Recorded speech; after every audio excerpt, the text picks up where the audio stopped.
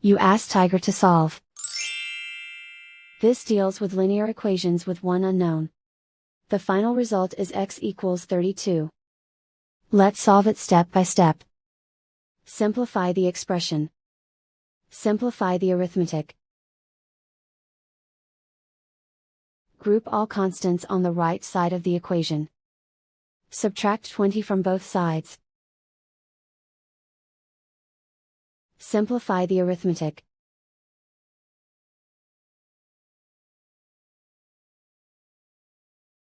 Isolate the x. Divide both sides by 5. Simplify the fraction. Find the greatest common factor of the numerator and denominator. Factor out and cancel the greatest common factor. And so the final result is x equals 32.